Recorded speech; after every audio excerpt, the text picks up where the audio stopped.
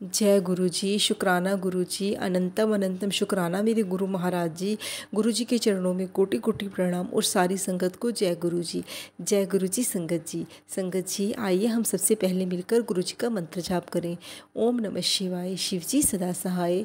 ओम नमः शिवाय, गुरु जी सदा सहाय। ओम नमः शिवाय, शिव जी सदा सहाय। ओम नमः शिवाय, गुरु जी सदा सहाय। जय गुरु जी, जय गुरु जी संगत जी। संगत जी हमें हर काम की शुरुआत गुरु जी के मंत्र जाप से ही करनी चाहिए ताकि हमारा काम वो सफल हो जाए और हम गुरु जी के चरणों में हमेशा लगे रहें। जय गुरु जी। भगवान मेरी नैया उस पार लगा देना, बंदगी और भरोसा सतगुरु पर इतना करूँ कि संकट हम पर हो और चिंता सतगुरु को हो। अब तक तो निभाया है, आगे भी निभा देना। जय गुरु जी, शुक्राना गुरु जी। हमारे गुरु जी पर हमेशा भरोसा बना रहे। गुरु जी हमेशा हमारा हाथ पकड़े रहना, हमें अपनी मंजिल तक पहुंचा देना और हमेशा आपके प्रति विश्वास हमारा यूं ही बनता रहे। जय गुरु जी, शुक्राना गुरु जी। संगत जी आज का सत्संग एक अंकल जी ने मुझे व्हाट्सएप लिखकर भेजा था। उन्होंने जैसा मुझे लिखकर भेजा मैं वैसे ही आपको सुनाऊंगी गुरु जी के प्यारे बेटे का सत्संग। जय गुरु जी संगत जी। गुरु जी ने मुझे 2021 से जोड़ा था मेरे बड़े भाई के थ्रू। उस वक्त मुझे गुरु जी के बारे में बहुत ज़्यादा तो नहीं पता था। मैं बस भैया के साथ मंदिर में हर हफ्ते गुरु जी की आज्ञा से जाता था।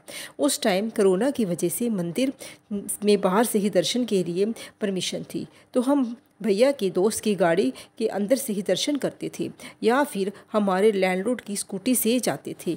मैं एक वेडिंग फोटोग्राफर हूँ।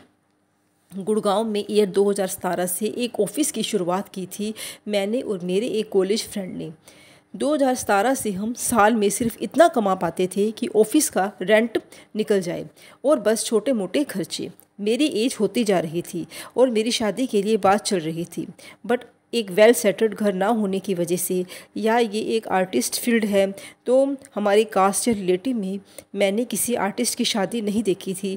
सब या तो जॉब करते थे या छोटा मोटा बिजनेस, और मैं हमेशा से चाहता था कि मेरी लव मैरिज हो, बट फैमिली के कारण मैं कभी गर्लफ्रेंड लाने लायक पैसे कमा नहीं पाया था, ना कभी इच्छा हुई कि उन्हें हर्ट होगा, तो मैंने फिर अरेंज मैरिज के लिए ही हाँ कर दी। मेरी शादी दिसंबर 2020 में हुई थी और उसके बाद से ही सब कुछ ठीक सा नहीं था, या यूँ कहूँ कि गुरुजी ने एक नया जीवन लिखना था तो सब उसी का एक पार्ट था। मेरी वाइफ का किसी और के साथ अफेयर था और उसके घर वालों ने भी उसकी ज़बरदस्ती शादी की थी और वो बात वो मुझे बता नहीं पाई थी उस टाइम, और शादी के बाद ही फिर धीरे धीरे बातें पता चली और हमारा जुलाई 2021 में डाइवोर्स हो गया। उस टाइम मुझे बहुत शौक लगा था कि एक तो मेरी फैमिली ने इतना सारा खर्च किया था शादी में, और दूसरा जो उन्होंने सामान दिया था उसका डबल पैसा और सामान दोनों भी देना पड़ा, जबकि हमारी कोई गलती नहीं थी। मुझे भैया जुलाई में लॉकडाउन में ही यहाँ ले आए थे। फिर धीरे धीरे मैं मेडिटेशन और गुरु जी के मंदिर जाने लगा अपने मन से भी। स्टार्टिंग में गुरु जी ने बहुत सी परीक्षा ली थी, जैसे कई बार मुझसे सेवादार अंकल के थ्रू डांट दिलवाई थी कि स्कूटी यहाँ मत लगाओ या यहाँ मत खड़े रहो एटसेट्रा।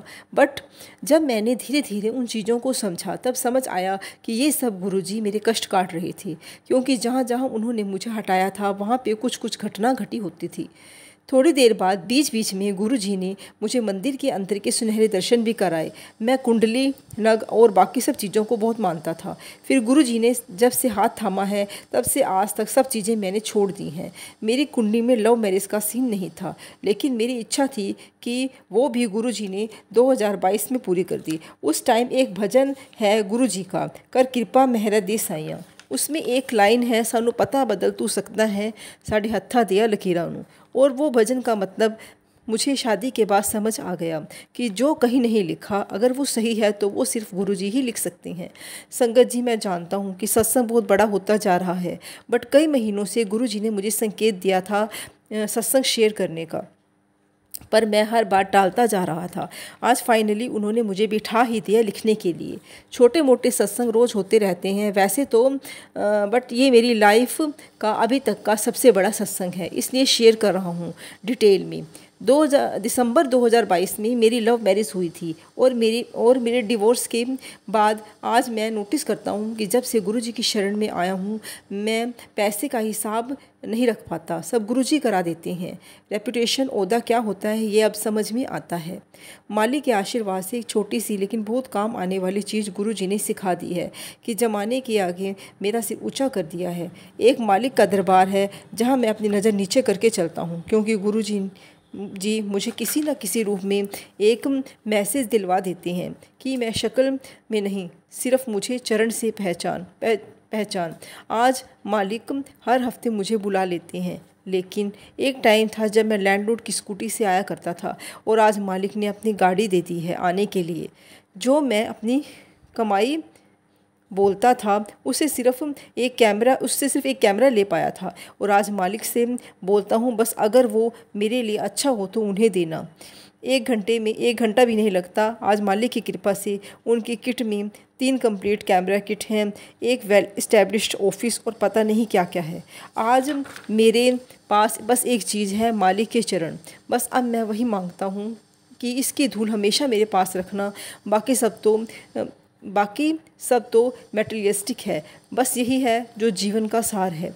माफ़ करना संगत जी अगर मुझसे कोई भूल हुई हो, तो वैसे तो जैसे मालिक ने बताया लगभग वैसे लिखने की मैंने पूरी कोशिश की है। जय गुरु जी। आखिर में बस मैं मंत्र जाप से इस सत्संग को विराम दूंगा। ओम नमः शिवाय, शिवजी सदा सहाय। ओम नमः शिवाय, गुरु जी सदा सहाय। जय गुरु जी। संगत जी बहुत प्यारा सत्संग था अंकल जी का। उन्होंने बताया किस तरह से गुरुजी ने उन पर अपनी मेहर की, अपनी कृपा बरसाई और उनका गुरुजी के प्रति विश्वास इतना ज़्यादा बढ़ता गया कि वह उनकी तरफ आकर्षित होते गए। गुरुजी हमारे हैं ही इतने प्यारे, वह हमेशा हमें सही राह दिखाते हैं, हमें सिर्फ उस राह पर चलना है। जैसे गुरुजी ने अंकल जी पर अपना आशीर्वाद की बारिश की, मतलब उन पर इतना प्यार लुटाया, उसी तरह से सारी संगत पर अपना आशीर्वाद इसी प्रकार बनाए रखना। गुरुजी आपके चरणों में हम लगे रहें, हमें और कुछ नहीं चाहिए गुरुजी। जय गुरुजी। शुक्राना गुरुजी। संगत जी अगर आप भी अपना सत्संग शेयर करना चाहते हैं तो डिस्क्रिप्शन बॉक्स में व्हाट्सएप नंबर है, आप उस पर जाकर अपना सत्संग शेयर कर सकते हैं। आपका सत्संग सारी संगत के साथ साझा किया जाएगा। जय गुरुजी। शुक्राना गुरुजी।